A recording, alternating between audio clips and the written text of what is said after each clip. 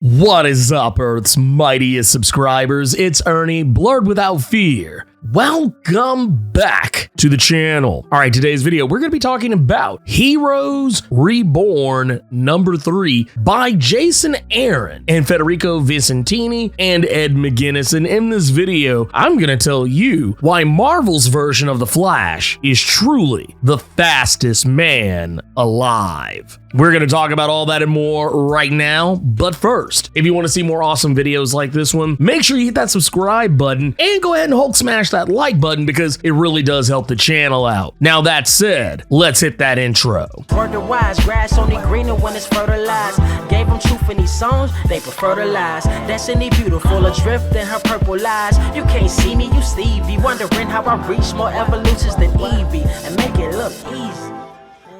Okay, so when we pick up this comic, one of the first things anyone is probably going to figure out, because, you know, hey, comic books, you're going to realize that the character being focused on here, Blerd, a pastiche of the DC Comics character Flash, as all of the Squadron Supreme of America characters are. We've talked about this previously, where all these characters are pastiches of DC Comics icons. And in this particular instance, we learn a lot about the character Blerd, who really hasn't been addressed in any meaningful way since the Squadron Supreme were brought back. Now, yes, there are multiple versions of this character, Stanley Stewart. Some of you may remember the character who is from Earth 712, the Wizard, who I don't believe is with us any longer. I believe that they are dead. Their reality was destroyed back in Squadron Supreme Volume 4, number 9, so that character is presumably dead. This is a completely different version of this character, and there's also some things this character does that makes him even more of a Flash pastiche than the character originally was. Now, I'm going to tell you right now, it is fairly safe to assume that Blerd and the Flash have roughly the exact same power set. Both of them have superhuman speed. Both of them can run at ridiculously fast levels, and they're both powered by something that is different from other people with superhuman speed. Whereas DC Comics Flash, he is powered by the Speed Force, this omnipresent force that is all around him at all times that allows him to reach the speeds that he can reach, and allows him to do some other weird stuff too, like time travel. Well, guess what? Blerd can do the same thing. As a matter of fact, he's kind of always time traveling, it seems, during this comic when he's going against the Speedster Supreme, the Silver Witch. There's a particular point in this battle where, as she's racing against him, trying to kill him, and also throwing super speed hexes at him, it's just a crazy thing, like combining the mystic arts with superhuman speed. Just something I don't know if anyone's ever thought of before. It's not anything I've ever thought of before, but point of the matter is that during the fight, there are moments where he's jumping between space and time. He's traveling through all of these different realities in different time periods and ends up going to the Dread dimension. He's even reflecting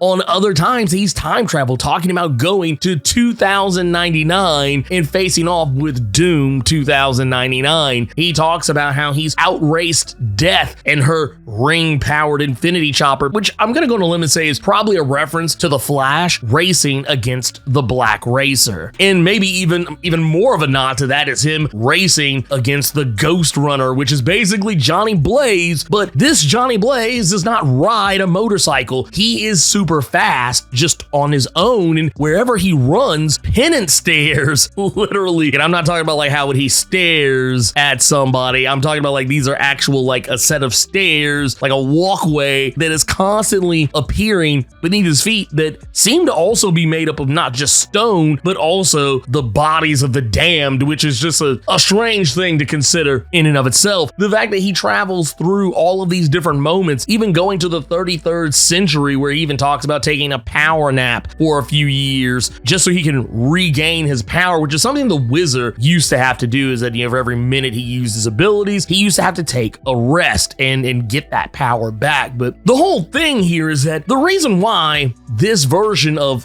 the Flash is what I feel is an even more powerful version is that he's powered by something that DC Comics Flash can't compete with, and that is Marvel's mystic arts. To help you understand this, he is powered by the winds of Watum and the bolts of Balthak. Now, if you're sitting here scratching your chin thinking like, why do those things sound familiar? These are things you probably heard Doctor Strange himself utter throughout the course of his comics career. The Winds of Watum is basically a spell that calls upon the power of Watum, a powerful entity in the realm of the mystic arts that basically allows that person to create powerful mystical wind effects. Meanwhile, the Bolts of Balthak are a spell that summons these mystical electrical bolts of lightning from Balthak. These are things we've seen Doctor Strange use in the past, and apparently we learn in a flashback that Stanley Stewart, he was empowered with his superhuman speed by the Vishanti. The Vishanti are, for all intents and purposes, the living tribunal of magic. They are basically who Doctor Strange often invokes whenever he is trying to conjure and cast powerful magics. For those who aren't familiar, they typically are Hogarth, Oster, and a name we probably hear more often than not, Agamotto. The Vishanti empowered Stanley Stewart with superhuman speed by way of combining the power of the Winds of Watum and the Bolts of Balthak, which is very interesting when you consider the fact that the Flash uses very similar abilities. His ability to rotate his arms and make that tornado wind arm effect, or the fact that he can hurl lightning and channel lightning through the Speed Force itself. These are all very similar things. These things are made even more special just by the fact that this isn't just some scientific force, this is a mystic one at that. And it even goes to show and that this power is something that gives him a great deal of leeway to just kind of do whatever he wants. Even at the very beginning of this book, he's this guy who just is always up to anything and everything. The dude literally just goes on and on and on. That he streams feeds from a dozen different dimensions all at once. The fact that he can't play games online because no Wi-Fi on Earth can keep up with him. The fact that he just finished 4,000 levels of gumball grenades while also text flirting with 14 different women at once, saying that he has 20 different phones that he uses, because this is one of those things I've always found very interesting about the Flash is that, and other super speedsters as well in comics, is that they have superhuman speed, but what if the things that you're interacting with, they don't operate on a superhuman speed level? Just because you're superhumanly fast doesn't mean you should be able to superhumanly operate a computer, because you're at the mercy of the technology you're working with, which is why I thought it was a nice touch that Blerd, yes, he's superhumanly fast. The things that he works with aren't. So he has to use multiple devices all at once to achieve those kind of similar effects. I thought it was a more realistic way to tackle that. But the thing that the Flash actually does have on Blerd in terms of what I think separates him as a character is that Blerd seems to have an incredibly short attention span. There's multiple moments throughout this comic, especially in the very beginning in the opening monologue, where he talks about how he has 48 TVs. And this is something that comes up multiple times because he constantly forgets. He always is like, oh, let me recount them, or hey, let me go back and take a look. At first, you'd be forgiven if you thought this was, this just their way of kind of making him seem like a shallow character, but no, he actually has a bad memory. He remembers most things, kind of like in the way that, we used to kind of view the Flash when the Flash was speed read a book and, oh, well, now I know this. I know everything that's in this book because I read every book in the library. I know everything that's in all these books, but that memory would kind of fade over time. It kind of seems like he has a similar effect, but just with everything else. He doesn't retain knowledge very well. And it's not to say he actually lacks any kind of a long-term or short-term memory, but it just seems like his memory only really works on certain issues. Now, that said, even as fast as he is, he does get caught slipping by the Silver Witch because she is using Quicksilver's powers, and she's also combining Quicksilver's powers with her own hex magic, and she is actually able to snatch the soul, quite literally, out of Blerd's body, and that's kind of why all these shenanigans are going on, where he's having to, race through time, because with his soul removed from his body is going to slowly start deteriorating the longer his soul is separated from it. But one of the things he does, and it's something that I think is very interesting about speedster characters, is that in order to defeat someone who's just as fast as him, he has to go not faster than them. That's something that I always feel like comes up in Flash comics. It's like, oh, this villain's faster than me, I gotta get faster. But no, in this particular case, his methodology here is that he has to go slower. And it's a flashback to when he first went to Tibet to Kamar-Taj, and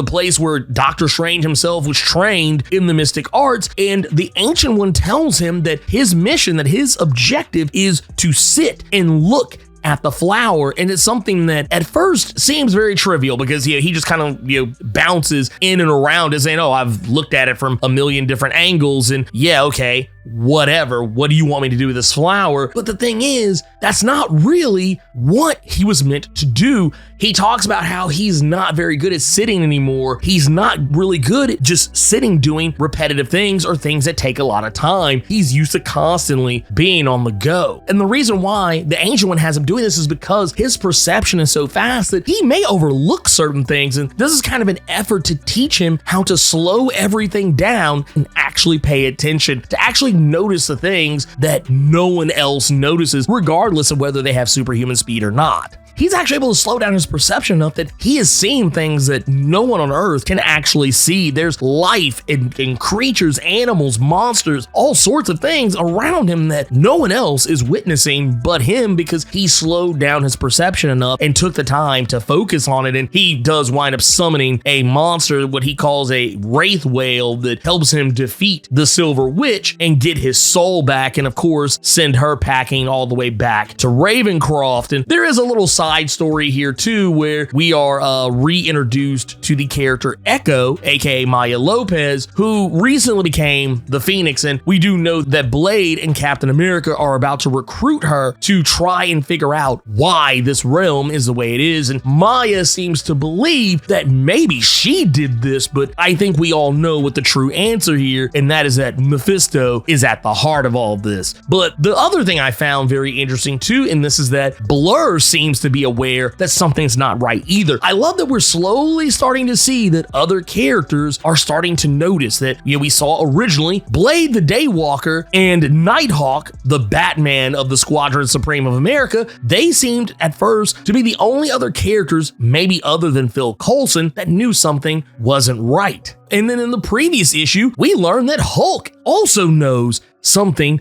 is not right, and that Hyperion suspects that things are not as they seem, but he doesn't care because he would prefer things stay the way they currently are rather than go back to the way they were. Now we're learning that Blerd is noticing something is off as well, and of course so too is Echo. She has noticed that something's not right either. But I find it even more interesting that someone connected to the Squadron Supreme, once again, just like with Nighthawk, they know something's not right with the world. He noticed when he was slowing everything down that there were cracks in everything, in the way that reality itself was built, almost like it was all, and he kind of trails off because, once again, as by his own admission, he has the attention span of a hummingbird on meth. But that's kind of really the only and one weakness that he has in terms of the Flash itself. It's the one thing that probably keeps him from being that much better. But I do find this version of the Flash, this pastiche of the Flash, far more interesting than I think I've found Flash in recent memory. Not to say Flash has been bad, but just I feel like DC has kind of hit a rut in what to do with characters like the Flash and speedsters in general. And I kind of feel like Marvel, Jason Aaron more specifically, came up with a really interesting thing to do here, but that is all neither here nor there. This video is really just to kind of talk about how Marvel has been kind of taking on these characters